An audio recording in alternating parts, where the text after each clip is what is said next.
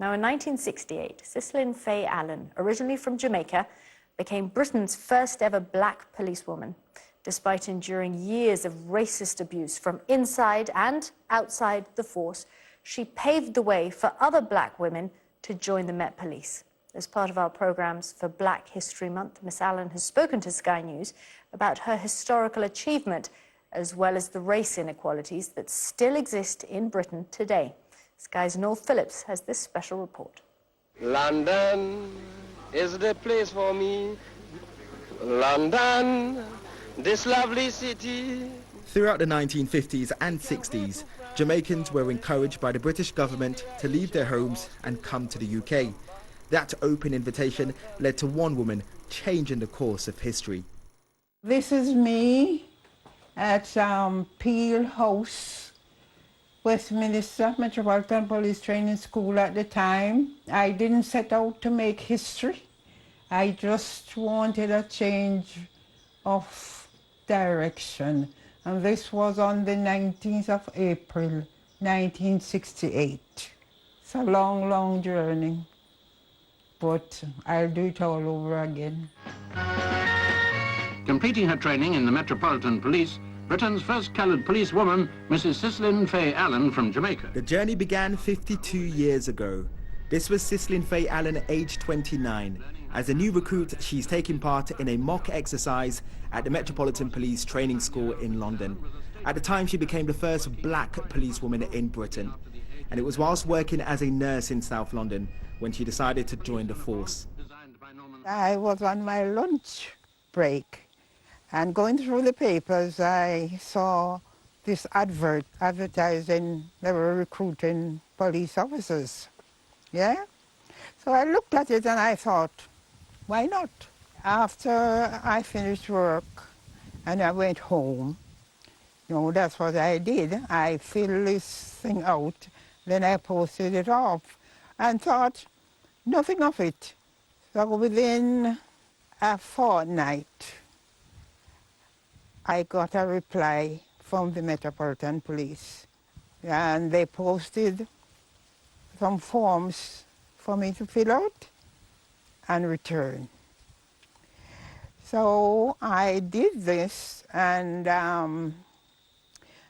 at the end, I penned at the bottom of it that I was a black woman, because I didn't want, if I had succeeded, and when they see me, they would think I didn't know she was black, or something like that, you know?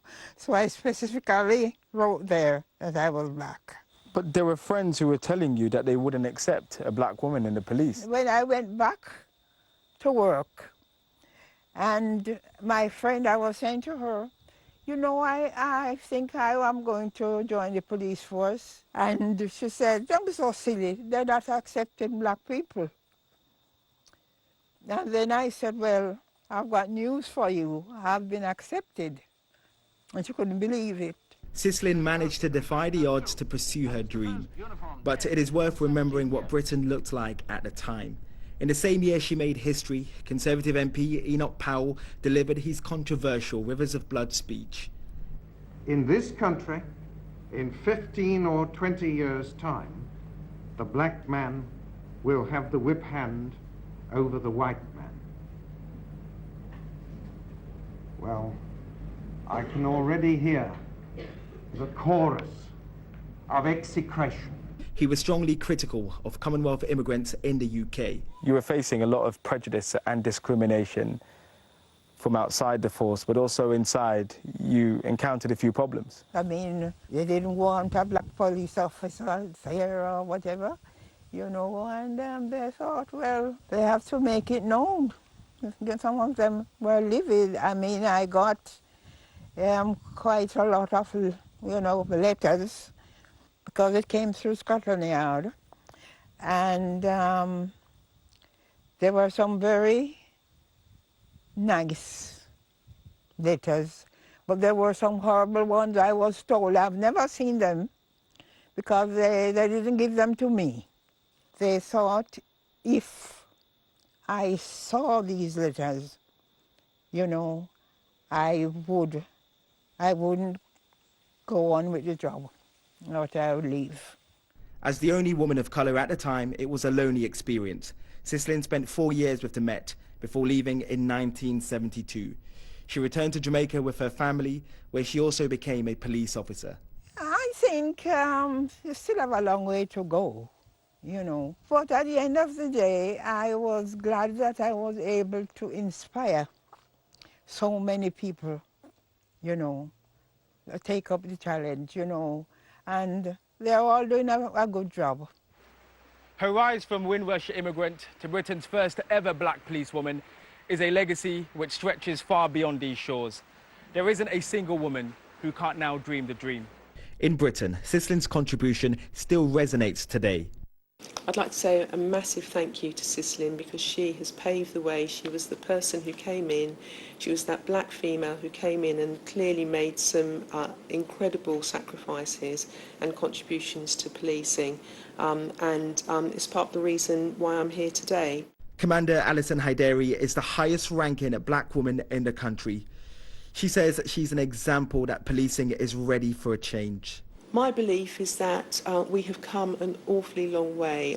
Even if you look in the last 5, 10, 15, 20 years, there's been so much going on around more black and minority ethnic staff and officers joining the Met, joining policing in general. However, I do think that we have a way to go.